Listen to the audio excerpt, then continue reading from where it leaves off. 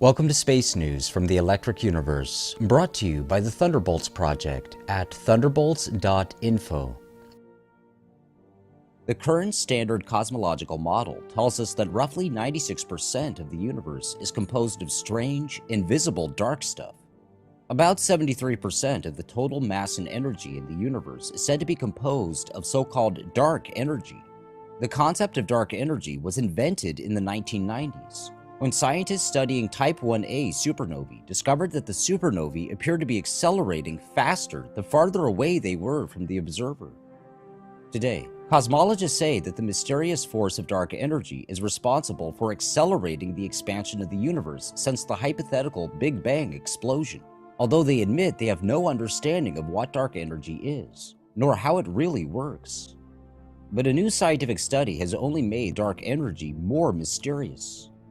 Scientists attempting to measure the so-called cosmic expansion rate have discovered that the universe again appears to be expanding much too quickly, even taking into account the invention of dark energy's influence.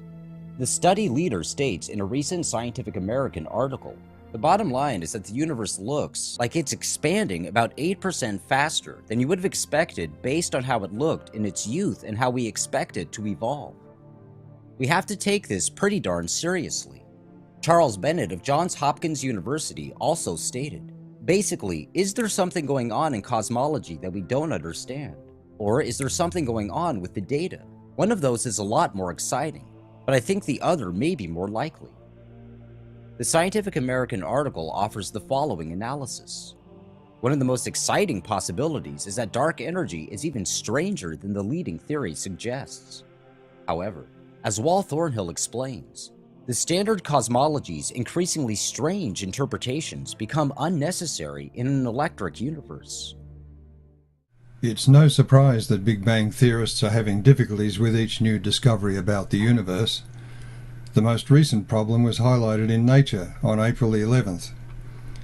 The most precise measurement ever made of the current rate of expansion of the universe has produced a value that appears incompatible with measurements of radiation left over from the Big Bang.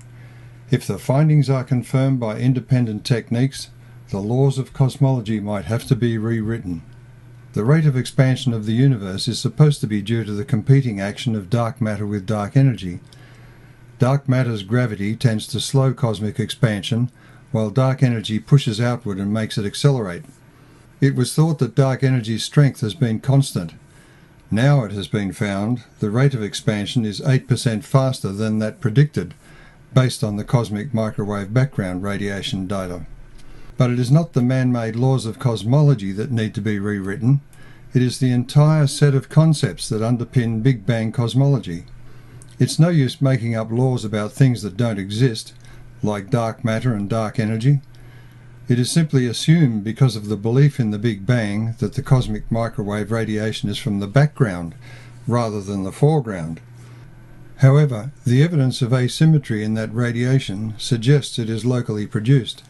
More to the point, plasma cosmology and the electric universe requires and simply explains the cosmic radiation as being due to microwave radiation from the filamentary galactic electric currents flowing in the neighbourhood of the Sun. Indeed, some of the expected structures, a galaxy-wide sample of dense filamentary structures correlated with spiral arms and star formation, have been recently mapped. See here an example of a network of galactic filaments. Note the roughly orthogonal branching of tributaries, which is characteristic of an electrical discharge, and then compare it with the experimental discharge filaments shown here. In October 2011, I wrote a Nobel Prize for the Dark Side about the prize in physics being awarded to 3 astrophysicists for the accelerating universe. Dark energy is supposed to make up 73% of the universe. The evidence interpreted in this weird way comes from comparing the redshift distances of galaxies with the brightness of their supernovae Type 1a, used as a standard candle. It was found that the supernovae in highly redshifted galaxies are fainter than expected, indicating that they are further away than previously estimated. This, in turn, implied a startling accelerating expansion of the universe, according to the Big Bang model. It's like throwing a ball into the air and having it accelerate upwards. So, a mysterious dark energy was invented, which fills the vacuum and works against gravity. The popular science fiction author Douglas Adams' infinite improbability generator type of argument was called upon to produce this vacuum energy. The language defining vacuum energy is revealing. Vacuum energy is an underlying background energy that exists in space even when the space is devoid of matter, that is, free space. The concept of vacuum energy has been deduced from the concept of virtual particles, which is itself derived from the energy-time uncertainty principle. You may notice the absurdity of the concept, given that the vacuum contains no matter, background or otherwise, yet it is supposed to contain energy. This is impossible. Incredibly, energy has no definition in physics, merely different examples. Douglas Adams was parodying Heisenberg's uncertainty principle of quantum mechanics. Quantum mechanics is merely a probabilistic description of what happens at the scale of subatomic particles, with no real physical understanding of cause and effect. Heisenberg was uncertain because he didn't know, in a physical sense, what he was talking about.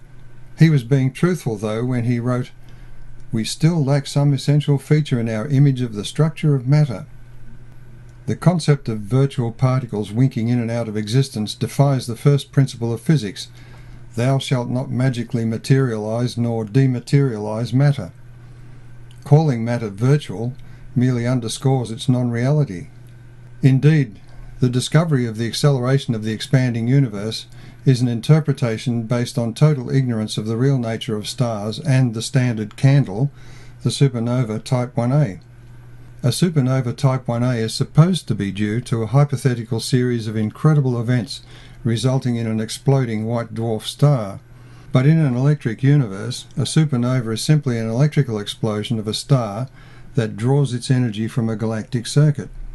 The remarkable brilliance of a supernova, which can exceed that of its host galaxy for days or weeks, is explained by a kind of power transmission line failure that can also be seen occasionally on Earth.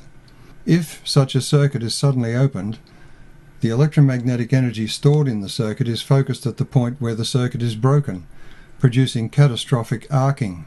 Stars too can suddenly have the current focused on them switched off by a plasma instability, causing it to be magnetically pinched off.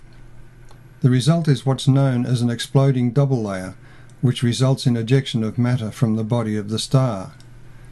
This turning inside out of a supernova has been observed, to the puzzlement of theorists.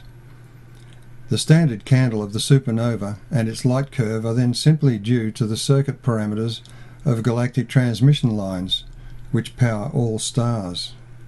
What of the discovery of fainter and more short-lived supernovae in high redshift galaxies? The astronomer Halton Arp showed from numerous observations that faint, highly redshifted objects, like quasars, are intrinsically faint because of their youth and not their distance. There was no Big Bang. He proved that quasars are born episodically from the nucleus of active galaxies. Their light is initially faint and highly redshifted as they move rapidly along the spin axis away from their parent. As they mature, they grow brighter and their redshift decreases while they slow down, as the matter within them increases in mass. Finally, the quasars evolve into companion galaxies. The decreasing quasar redshift occurs in discrete steps, which points to a process whereby protons and electrons go through a number of small, quantized, that is resonant, increases in mass as the electrical polarization within the quasar increases. The charge required comes via an electrical umbilical cord in the form of the observed parent galaxy's axial jet. Based on Arp's discovery and the electrical model of galaxies and stars, both stars and supernovae type 1a are naturally dimmer, and the supernovae more short-lived in high redshift galaxies than in low redshift galaxies because of the lower galactic energy density. The Big Bang laws of cosmology need to be discarded, not rewritten. They don't work. All is darkness in the Big Bang universe with its black holes, dark matter and dark energy. The electric universe throws a new light on the subject because its laws of cosmology are simply those of electromagnetism with, for the very first time, definitions of mass and energy in terms of the electrical structure of matter. Of course, I don't expect a Nobel Prize for this sensible explanation.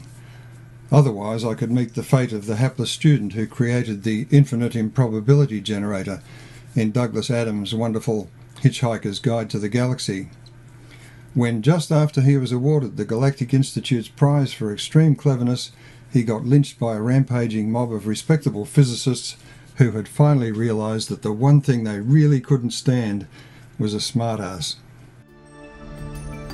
For continuous updates on space news from the electric universe, stay tuned to thunderbolts.info.